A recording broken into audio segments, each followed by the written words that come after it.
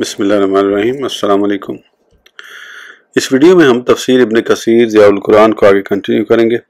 اس سے پہلے اگر آپ نے سبسکرائب نہیں کیا تو سبسکرائب کر لیں اور بیل آئیکن پریس کر دیں۔ تو شروع کرتے ہیں۔ سورہ نساء آیت نمبر 148، 149، 148، 149۔ لا يحب اللہ الجہر بالسوء من القول الا من ظلم وکان اللہ سمیعا علیما ان تبدوا خیرا او تخفوا او تعفوا عن سوء فإن اللہ کان عفوا قدیرا۔ ترجمہ: نہیں پسند کرتا اللہ تعالیٰ کہ برملا کہی جائے بری بات مگر اس سے جس پر ظلم ہوا، اور اللہ تعالیٰ خوب سننے والا خوب جاننے والا ہے۔ اگر تم ظاہر کرو کوئی نیکی یا پوشیدہ رکھو اسے یا درگزر کرو کسی کی برائی سے تو بے شک اللہ تعالیٰ درگزر فرمانے والا قدرت والا ہے۔ تفسیر: لا یحب اللہ الجہر بالسوء۔ حضرت ابن عباس اس آیت کی تفسیر میں فرماتے ہیں کہ اللہ تعالیٰ اس چیز کو پسند نہیں کرتا کہ کوئی مسلمان کسی دوسرے مسلمان کے لیے بد دعا کرے، مگر مظلوم کو اجازت ہے کہ وہ ظلم کرنے والے کے خلاف اس کے ظلم کا برملا اظہار کر سکتا ہے اور اس کو بد دعا بھی دے سکتا ہے، لیکن وہ صبر کرے۔ یہ صبر کرنا ہی اس کے لیے بہتر ہے۔ حضرت عطا روایت کرتے ہیں کہ حضرت عائشہ کی کوئی چیز چوری ہو گئی تو وہ چور کے لیے بد دعا کرنے لگی، تو حضور صلی اللہ علیہ وسلم نے ارشاد فرمایا کہ اے عائشہ اپنی اس بد دعا کے ساتھ اس سے چوری کے گناہ کو کم نہ کرو۔ حضرت حسن بصری فرماتے ہیں کہ بد دعا نہیں کرنی چاہیے بلکہ یہ کہنا چاہیے اے اللہ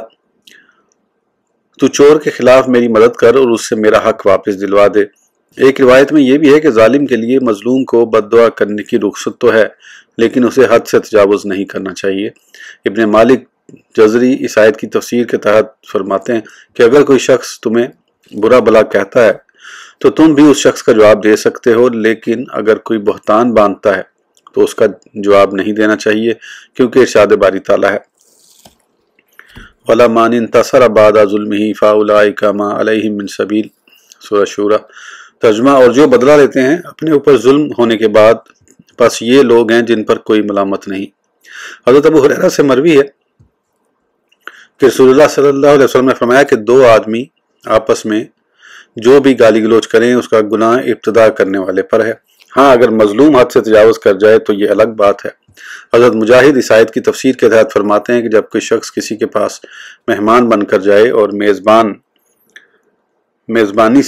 حق کے میزبانی سے عہدہ برانہ ہو اور جب وہ باہر نکلے تو کہے کہ فلاں نے مجھے اپنا مہمان بنایا، حق کے میزبانی ادا نہ کیا، تو اس کا یہ عمل صحیح نہیں ہوگا۔ ہاں اگر اس پر ظلم ہو تو اظہار ظلم کے لیے اپنی آواز بلند کر سکتا ہے۔ حضرت عقبہ بن عامر فرماتے ہیں کہ ہم نے حضور صلی اللہ علیہ وسلم کی خدمت میں عرض کی یا رسول اللہ صلی اللہ علیہ وسلم آپ ہمیں مختلف مقامات پر بھیجتے ہیں، بسا اوقات ایسا بھی ہوتا ہے کہ وہ لوگ ہماری مہمان نوازی نہیں کرتے، اس کے بارے میں آپ ہمیں کیا حکم فرماتے ہیں؟ آپ نے فرمایا اگر تم کسی قوم کے پاس جاؤ اور وہ تمہاری مہمان نوازی کریں جس طرح کے مہمان نوازی کرنے کا حق ہے تو ٹھیک ہے، ورنہ تم مناسب حق ان سے لے سکتے ہو۔ ایک دوسری روایت میں ارشاد فرماتے ہیں کہ جو مسلمان کسی کے پاس مہمان بن کر جائے اور وہ اس کی مہمانداری اور ضیافت نہ کرے تو ہر مسلمان کے لیے اس کی مدد کرنا ضروری ہے، حتیٰ کہ وہ اپنا حق ضیافت اس کے مال سے وصول کر لے۔ حضرت امام احمد ان حدیث سے استدلال کرتے ہوئے فرماتے ہیں کہ ضیافت کرنا واجب ہے۔ اسی قسم کی ایک حدیث حضرت ابو ہریرہ سے مروی ہے۔ آپ فرماتے ہیں کہ ایک شخص حضور صلی اللہ علیہ وسلم کی خدمت میں حاضر ہوا اور عرض کی کہ میرا ایک پڑوسی مجھے اذیت پہنچاتا ہے۔ آپ نے فرمایا کہ مجھے گھر کا سامان باہر نکال کر رکھ دو۔ اس نے ایسا ہی کیا۔ اب جو بھی اس کے پاس سے گزرتا تو اس سے پوچھتا کہ تمہیں کیا ہو گیا ہے، تو وہ جواب دیتا کہ میرا پڑوسی مجھے اذیت دیتا ہے۔ تو وہ کہتا ہے کہ ایسے پڑوسی پر اللہ کی لعنت ہو اور اللہ اسے رسوا کرے۔ جب پڑوسی نے یہ بات سنی تو آ کر یہ کہنے لگا اپنا سامان گھر لے جاؤ، میں تمہیں اب کبھی تکلیف نہیں دوں گا۔ ان تبدوا خیرا،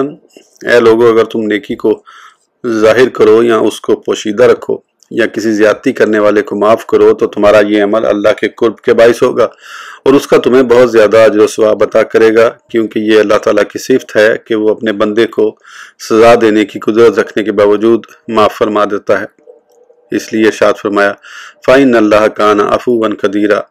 حاملین عرش اللہ تعالیٰ کی تسبیح و تقدیس بیان کرتے ہیں کہ اے اللہ تیری ذات پاک ہے، تو علم کے باوجود حلم و بردباری سے کام لیتا ہے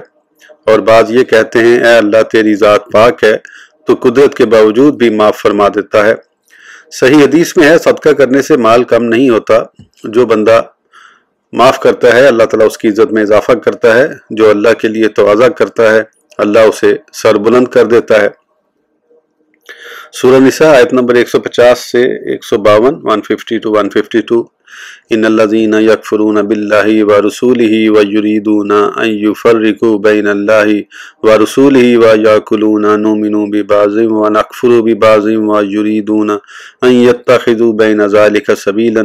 اولئک هم الکافرون حقا واعتدنا للکافرین عذابا مہینا والذین آمنوا باللہ ورسولہ ولم یفرقوا بین احد منہم اولئک سوف یؤتیہم اجورہم وکان اللہ غفورا رحیما۔ ترجمہ: بے شک جو لوگ کفر کرتے ہیں اللہ تعالیٰ اور اس کے رسولوں کے ساتھ اور چاہتے ہیں کہ فرق کریں اللہ اور اس کے رسولوں کے درمیان، اور کہتے ہیں ہم ایمان لائے ہیں بعض رسولوں پر اور ہم کفر کرتے ہیں بعض کے ساتھ، اور چاہتے ہیں کہ کفر و ایمان کے درمیان اختیار کر لیں کوئی تیسری راہ، یہی لوگ کافر ہیں حقیقت میں،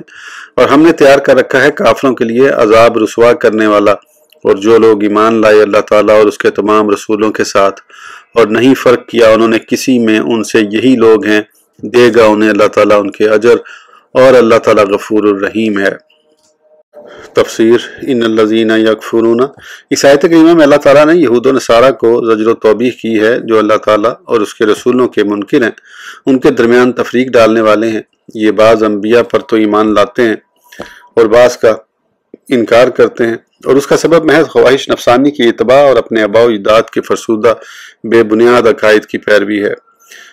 یہود حضرت عیسیٰ اور محمد صلی اللہ علیہ وسلم کے سوا دوسرے انبیاء پر ایمان رکھتے ہیں، اور اسی طرح نصارہ خاتم نبیین کے علاوہ باقی انبیاء پر ایمان رکھتے ہیں۔ سامری حضرت یوشع کے بعد کسی کی نبوت کے قائل نہیں، اور مجوس کے بارے میں مشہور ہے کہ وہ ذرا دشت کو اپنا نبی مانتے تھے، لیکن جب وہ ان کی شریعت کے منکر ہوئے تو اللہ تعالیٰ نے انہیں اٹھا لیا، واللہ عالم۔ مختصر یہ ہے کہ جس نے ایک نبی کا انکار کیا گویا اس نے تمام کا انکار کیا، کیونکہ ہر اس نبی پر ایمان لانا واجب ہے جس کو اللہ تعالیٰ نے اہل زمین کی طرف مبعوث فرمایا، اور جس نے کسی حسد، تعصب یا نفسانی خواہش کی وجہ سے کسی نبی کی نبوت کا انکار کیا تو شریعت کی نظر میں اس کے ایمان کا کوئی اعتبار نہیں۔ اس لیے اللہ تعالیٰ نے ارشاد فرمایا ان الذین یکفرون باللہ ورسولہ، سورہ نساء، یعنی یہاں واضح کر دیا گیا کہ یہ لوگ اللہ تعالیٰ اور اس کے رسولوں کے منکر ہیں اور ایمان لانے میں ان کے درمیان تفریق کرتے ہیں کہ ہم بعض رسولوں پر ایمان لائے ہیں اور بعض کا انکار کرتے ہیں، اور وہ چاہتے ہیں کہ کفر و ایمان کے درمیان کوئی تیسری راہ اختیار کریں۔ اس لیے اللہ تعالیٰ نے ان کے بارے میں ارشاد فرمایا حقیقت میں یہی لوگ کافر ہیں، یعنی ان کا کفر یقینی اور ثابت شدہ ہے، کیونکہ جس نبی پر وہ ایمان لانے کا دعویٰ کرتے ہیں شریعت کی نگاہ میں اس کا کوئی اعتبار نہیں، کیونکہ اگر وہ انہیں اللہ کا رسول مان کر ایمان لاتے تو اس رسول معظم پر بھی ایمان لے آتے جو سب سے افضل اور اعلیٰ ہے۔ اگر وہ آپ کی نبوت میں صحیح غور و فکر کرتے تو انہیں معلوم ہو جاتا کہ آپ کی نبوت اور رسالت واضح، ظاہر اور قوی ہے۔ وَأَعْتَدْنَا لِلْكَافِرِينَ عَذَابًا مُهِينًا، اللہ تعالیٰ فرماتا ہے کہ ہم نے کافروں کے لیے رسوا کن عذاب تیار کر رکھا ہے۔ جس طرح انہوں نے ہمارے نبیوں کی نبوت کا انکار کر کے ان کی اہانت کی ہے، اس طرح ہم نے بھی ان کے لیے سخت عذاب تیار کیا ہے۔ اور ان کا یہ انکار صرف اس وجہ سے تھا کہ انہوں نے ان کی تعلیمات میں غور و فکر ہی نہیں کیا، بلکہ اس سے آراز کر کے بلا ضرورت دنیا کا حقیر مال جمع کرنے میں مشغول ہو گئے۔ یہاں وہ نبوت کو جانتے تھے لیکن اس کے باوجود حسد اور تعصب کی بنا پر اس پر ایمان لائے، جیسے رسول اللہ صلی اللہ علیہ وسلم کے زمانے میں یہودی علماء کرتے تھے۔ یہ صرف حسد کی بنا پر انہوں نے آپ کی مخالفت و تکذیب کی، حتیٰ کہ آپ کے ساتھ جنگ و جدال کرنے سے بھی باز نہ رہے، تو اللہ تعالیٰ نے ان پر دنیا کی ذلت مسلط کر دی، اور آخرت میں بھی ان کا یہی انجام ہوگا، جیسا کہ اللہ تعالیٰ نے ارشاد فرمایا وَضُرِبَتْ عَلَيْهِمُ الذِّلَّةُ وَالْمَسْكَنَةُ وَبَاءُوا بِغَضَبٍ مِّنَ اللَّهِ، سورہ بقرہ۔ وَالَّذِينَ آمَنُوا، اس سے امت محمدیہ مراد ہے، کیونکہ یہ امت اللہ کی نازل کردہ ہر کتاب پر ایمان رکھتی ہے، اور اسی طرح تمام انبیاء پر بھی ان کا کامل ایمان ہے، جیسا کہ اللہ تعالیٰ ارشاد فرماتا ہے آمن الرسول بما انزل الیہ من ربہ والمؤمنون کل آمن باللہ، سورہ بقرہ۔ پھر اللہ تعالیٰ نے اس اجر عظیم، ثواب عمیم اور عطا کریم کا ذکر فرمایا ہے جو اس نے مومن کے لیے تیار کر رکھا ہے، اور فرمایا اللہ تعالیٰ ان مومنین کو ان کا اجر عطا فرمائے گا کیونکہ وہ اللہ اور اس کے رسولوں پر ایمان لائے۔ وکان اللہ غفور الرحیم، یعنی اگر کسی مومن سے گناہ سرزد ہو جائے تو اللہ اس کا گناہ معاف فرمانے اور رحم کرنے والا ہے۔ سورہ نساء آیت نمبر 153، 154، 153، 154 یسألک اہل الکتاب ان تنزل علیہم کتابا من السماء فقد سألوا موسیٰ اکبر من ذلک فقالوا ارنا اللہ جہرۃ فأخذتهم الصاعقۃ بظلمہم ثم اتخذوا العجل من بعد ما جاءتهم البینات فعفونا عن ذلک وآتینا موسیٰ سلطانا مبینا ورفعنا فوقهم الطور بميثاقهم وقلنا لهم ادخلوا الباب سجدا وقلنا لهم لا تعدوا في السبت واخذنا منهم ميثاقا غليظا۔ ترجمہ، مطالبہ کرتے ہیں آپ سے اہل کتاب کہ آپ اتروا دیں ان پر کتاب آسمان سے، سو وہ تو سوال کر چکے ہیں موسیٰ علیہ السلام سے اس سے بھی بڑی بات کا۔ انہوں نے کہا تھا اے موسیٰ علیہ السلام دکھاؤ ہمیں اللہ کھلم کھلا، تو پکڑ لیا تھا انہیں بجلی کی کڑک نے بسبب ان کے ظلم کے، پھر بنا لیا انہوں نے بچڑے کو اپنا معبود، اس کے بعد کہ آ چکی تھی ان کے پاس کھلی دلیلیں، پھر بھی ہم نے بخش دیا ان کا یہ سنگین جرم، اور ہم نے عطا فرمایا موسیٰ علیہ السلام کو واضح غلبہ، اور ہم نے بلند کیا ان کے اوپر طور کو ان سے پختہ وعدہ لینے کے لیے، اور ہم نے فرمایا انہیں کہ داخل ہو جاؤ اس دروازے سے سجدہ کرتے ہوئے، اور ہم نے فرمایا انہیں کہ حد سے نہ بڑھنا سبت میں، اور ہم نے لیا تھا ان سے پختہ وعدہ۔ تفسیر، یسألک اہل الکتاب، حضرت محمد بن کعب کرزی صدی اور ابن قتادہ فرماتے ہیں کہ یہود نے حضور صلی اللہ علیہ وسلم سے مطالبہ کیا کہ جس طرح حضرت موسیٰ علیہ السلام پر تورات لکھی ہوئی نازل ہوئی تھی اسی طرح آپ بھی آسمان سے لکھی کتاب لائیں۔ ابن جریر فرماتے ہیں کہ انہوں نے یہ مطالبہ کیا تھا کہ ان میں سے ہر ایک کے لیے اللہ تعالیٰ کی طرف سے لکھا ہوا خط اترے جس پر لکھا ہو کہ حضور صلی اللہ علیہ وسلم کی نبوت کی تصدیق کرو، اور ان کا یہ مطالبہ انات، کفر، ہردرمی پر مبنی تھا، جس طرح کہ کفار مکہ بھی اس قسم کے سوال کیا کرتے تھے، جس کا ذکر اللہ تعالیٰ نے سورہ الاسراء میں فرمایا ہے وَقَالُوا لَن نُؤْمِنَ لَكَ حَتَّى تَفْجُرَ لَنَا مِنَ الْأَرْضِ يَنبُوعًا، سورہ بنی اسرائیل۔ اسی لیے یہاں اللہ تعالیٰ نے ارشاد فرمایا فَقَدْ سَأَلُوا مُوسَىٰ أَكْبَرَ مِنْ ذَلِكَ، یعنی انہوں نے حضرت موسیٰ سے یہ بھی سوال اپنی سرکشی، بغاوت اور انات کی بنا پر کیا تھا، جیسا کہ سورہ بقرہ میں اس کی تفسیر گزر چکی ہے۔ ثم اتخذوا العجل، یعنی مصر میں حضرت موسیٰ علیہ السلام سے واضح معجزات دیکھنے کے باوجود انہوں نے بچڑے کو اپنا معبود بنا لیا۔ جب اللہ تعالیٰ نے فرعون اور اس کے لشکر کو بحر احمر میں غرق کر دیا اور حضرت موسیٰ کی قوم صحیح سلامت گزر گئی، یہ لوگ سمندر عبور کر کے تھوڑی دور ہی گئے تھے کہ انہوں نے وہاں کچھ لوگوں کو بتوں کی پوجا کرتے دیکھا، تو حضرت موسیٰ علیہ السلام سے کہنے لگے کہ ہمیں بھی ایسا معبود بنا دیجیے۔ جب حضرت موسیٰ علیہ السلام اللہ تعالیٰ کے ساتھ مناجات کے لیے کوہ طور پر تشریف لے گئے تو آپ کے بعد آپ کی قوم نے بچڑے کو معبود بنا لیا۔ اس واقعے کی مکمل تفسیر سورہ اعراف اور طٰہٰ میں بیان کی گئی ہے۔ جب حضرت موسیٰ علیہ السلام واپس تشریف لائے تو اللہ نے اس سزا کے طور پر انہیں یہ حکم دیا کہ ان میں سے جنہوں نے بچڑے کی پوجا نہیں کی وہ پوجا کرنے والوں کو قتل کریں۔ اس طرح وہ ایک دوسرے کو قتل کرنے لگے، اور اللہ تعالیٰ نے ارشاد فرمایا کہ ہم نے ان کو معاف کر دیا اور موسیٰ علیہ السلام کو واضح برتری اور غلبہ عطا فرما دیا۔ وَرَفَعْنَا فَوْقَهُمُ الطُّورَ، یعنی جب انہوں نے تورات کے احکام پر عمل کرنے سے انکار کر دیا اور حضرت موسیٰ کی تعلیمات سے منحرف ہو گئے تو اللہ تعالیٰ نے ان کے سروں پر پہاڑ کو بلند کر دیا اور انہیں تورات کے احکام پر عمل پیرا ہونے کا حکم دیا، تو یہ سب سجدے میں گر گئے اور سجدے کی حالت میں ہی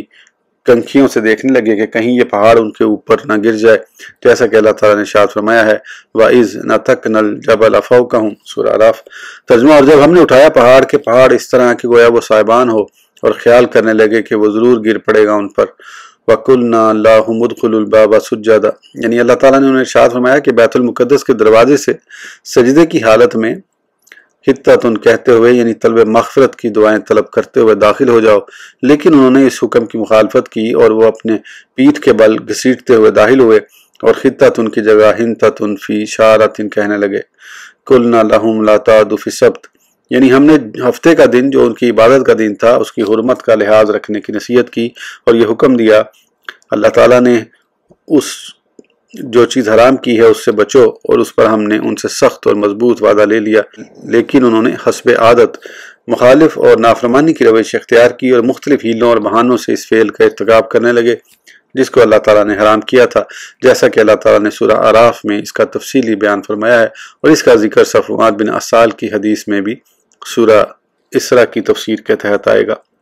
اس ویڈیو کے لیے اتنا ہی، پھر انشاءاللہ اگلی ویڈیو میں آگے کنٹینیو کریں گے۔ اس وقت تک کے لیے اجازت دیجیے، سبسکرائب کرنا نہ بھولیں۔ اللہ حافظ۔